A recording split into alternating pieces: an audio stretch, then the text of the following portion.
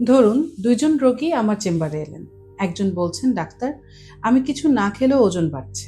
আরেকজন বলছেন, আমি অনেক খাচ্ছি তবু ওজন কমে যাচ্ছে, বুক ধড়ফড় করছে। অদ্ভুত ব্যাপার হলো দুজনের সমস্যাটা একই জায়গায়, থাইরয়েড। কিন্তু একজনের থাইরয়েড কম কাজ করছে, আরেকজনের বেশি কাজ করছে। কি খুব জটিল মনে হচ্ছে? আজকের ভিডিওতে আমরা জানবো এই দুই অবস্থার পার্থক্য, কারণ, লক্ষণ, কিন্তু খুব সহজ ভাষায়। আসসালামু আলাইকুম, আমি doctor Saima Asad, senior consultant AIC holistic care.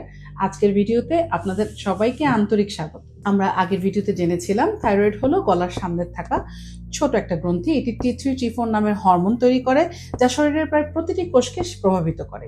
এই হরমোনগুলো আমাদের মেটাবলিজম, শক্তি উৎপাদন, হৃদস্পন্দন, শরীরের তাপমাত্রা এবং ওজন নিয়ন্ত্রণে গুরুত্বপূর্ণ ভূমিকা রাখে। ভাবুন তো, থাইরয়েড হলো আমাদের শরীরের অপারেশন ম্যানেজার।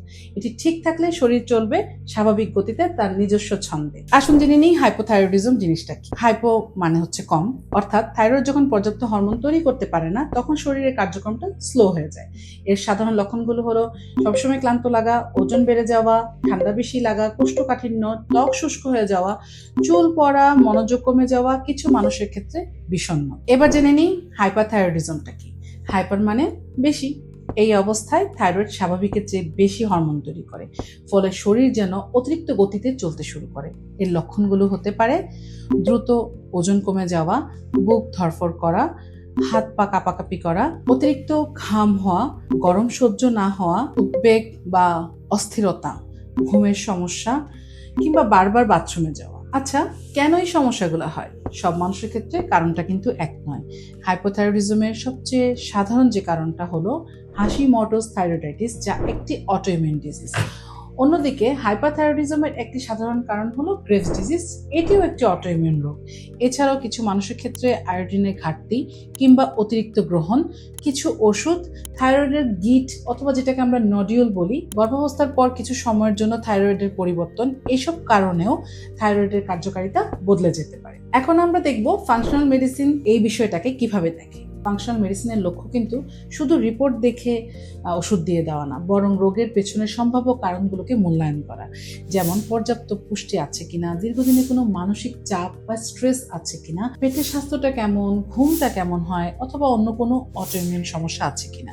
এই বিষয়গুলো সামগ্রিকভাবে আমাদের স্বাস্থ্যে প্রভাব ফেলতে পারে এবং চিকিৎসার পরিকল্পনার অংশ হিসেবে এটা বিবেচনা করা যেতে পারে। ফাংশনাল মেডিসিনে আমরা জীবনযাপনের মান, পুষ্টি, ঘুম, স্ট্রেস ম্যানেজমেন্টটাকে খুব গুরুত্ব দিয়ে দেখি, কারণ এগুলো শরীরের সামগ্রিক সুস্থতায় ভূমিকা রাখে। তবে থাইরয়েড রোগের ক্ষেত্রে এগুলো প্রয়োজনীয় চিকিৎসার পরিপূরক বিকল্প কিন্তু নয়।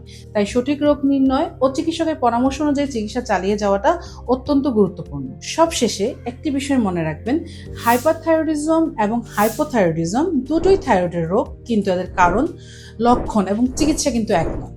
তাই শুধু ইন্টারনেট পড়ে অন্যের অভিজ্ঞতা শুনে নিজের রোগ সম্পর্কে সিদ্ধান্ত নেবেন না।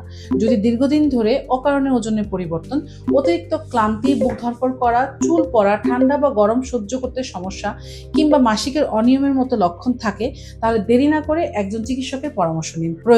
প্রয়োজনীয় পরীক্ষাগুলো করান। মনে রাখবেন, সঠিক সময়ে রোগ শনাক্ত হলে থাইরয়েডের বেশিরভাগ সমস্যাই সফলভাবে নিয়ন্ত্রণ করা সম্ভব। এআইসি হলিস্টিক কেয়ারে আমরা রোগীর পূর্ণ ইতিহাস, প্রয়োজনীয় পরীক্ষা ও ব্যক্তিকেন্দ্রিক চিকিৎসা পরিকল্পনার মাধ্যমে সর্বোচ্চ আন্তরিকতার সঙ্গে সেবা দিয়ে থাকি। আজকের ভিডিওটি যদি আপনাদের উপকারে আসে তাহলে একটি লাইক দিয়ে আমাকে উৎসাহ দিন, আর এমন বিজ্ঞান ভিত্তিক ও সহজ ভাষায় স্বাস্থ্য বিষয়ক ভিডিও নিয়মিত পেতে আমাদের চ্যানেলটি সাবস্ক্রাইব করুন, বেল আইকনটি অন করে রাখুন, আর কমেন্টে অবশ্যই জানান পরবর্তী ভিডিওতে আপনি কোন বিষয়টি দেখতে চান, হাশিমোটোস থাইরয়েডাইটিস, গ্রেভস ডিজিজ, নাকি অন্য কিছু। পরবর্তী ভিডিওতে আবার দেখা হবে।